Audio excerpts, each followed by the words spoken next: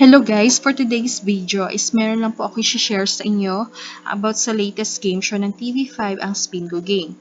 But before that, may ilang reminder lang po ako sa inyo sa pag-join natin sa Spingo.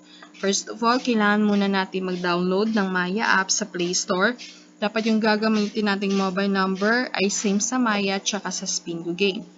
Kapag successfully naka-create na tayo ng account sa Maya app, pwede na po tayo mag-download ng Spingo Game. So, meron na po ako nagawang video dito about sa kung paano tayo makapag-register. Yung electronic PIN ay matatanggap po natin through text. Every Monday to Friday, may sinesend po silang electronic PIN. Kailangan lang po nating i-redeem yan. And then, kapag successfully na-redeem natin yung mga cards niya, minsan po nadadagdagan po yung cards natin or advance cards for the next week na game. So, ano po ba mapapanalunan natin sa Spingo? Isa po ang mananalo ng 100,000 sa player. Depende po yan kung ilan po yung naka-blackout ng cards. Kapag tatlo po yung naka-blackout ng cards, paghahatian nila yung 100,000. And meron din po silang consolation prizes na tig 1,000 pesos. Meron pong taga Luzon, Visayas at Mindanao ang mapipili sa consolation prizes. So, ito na nga po guys ang isi-share ko sa inyo. So, last week kasi is yung jowa ko is nagpasama siya sa clinic sa akin. Medyo malayo-layo yon. So, wala na po talaga akong time. Di talaga ako nakatutok sa Spingo Game kasi nga busy din ako sa asikaso sa kanya at medyo haggard na rin.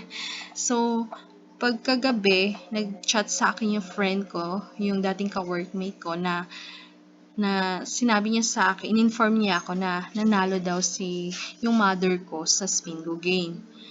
Dahil nakita daw niya yung name ng mother ko. So, akala ko is nagjo-joke lang siya or baka namalikmata. So, sabi ko, totoo ba yan na nanalo yung mother ko? So, ang ginawa ko is, pumunta po ako sa page nila. Sa page ng TV5. So, ayun, hinanap ko talaga yung pangalan niya dito. So, sa Visayas location. So, hinanap ko yung name niya dito. Ayun nga, nakita ko siya. So, dapat, so ito na nga guys, ituturo ko sa inyo kung paano tayo makiklaim yung ating winning vouchers sa Spingo Game. So, dapat, dito, di ba may mga ID card number, tingnan nyo dito. Halimbawa, kung ito yung nanalo, halimbawa, ikaw si Arlene Hernandez. So, ito, dapat tingnan mo yung ID card number mo, tapos saka mo hanapin sa mga na-redeem na cards. Ito. Titingnan mo yan. And then, ang gagawin mo is pumunta ka sa TV5 at before mo sila i-PPM, kailangan muna natin i-screenshot yung ating cards. For example, ito. Ito yung cards. For example, ito yung winning cards mo. So, titingnan mo dito.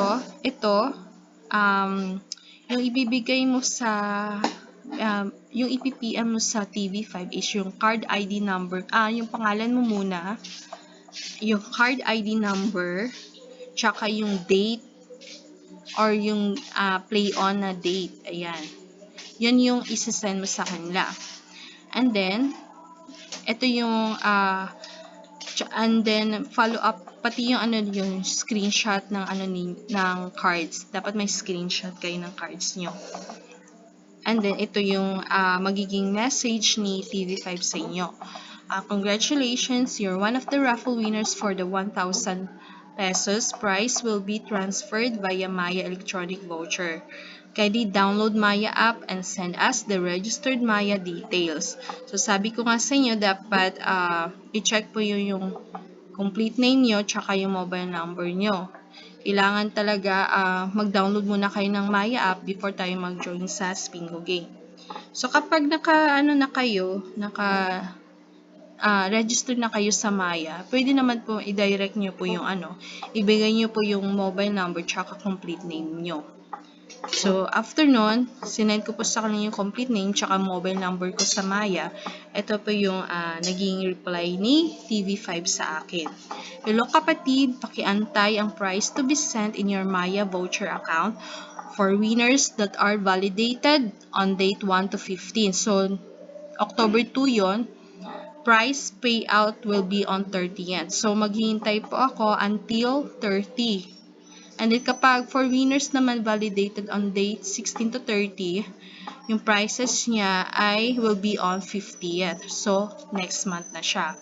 So, ganun lang po kadali mag-claim ng ating prices, guys, ha. Huwag nyo po i-delay. Baka sa sobrang delay nyo is ma-forfeit po ang inyong winnings.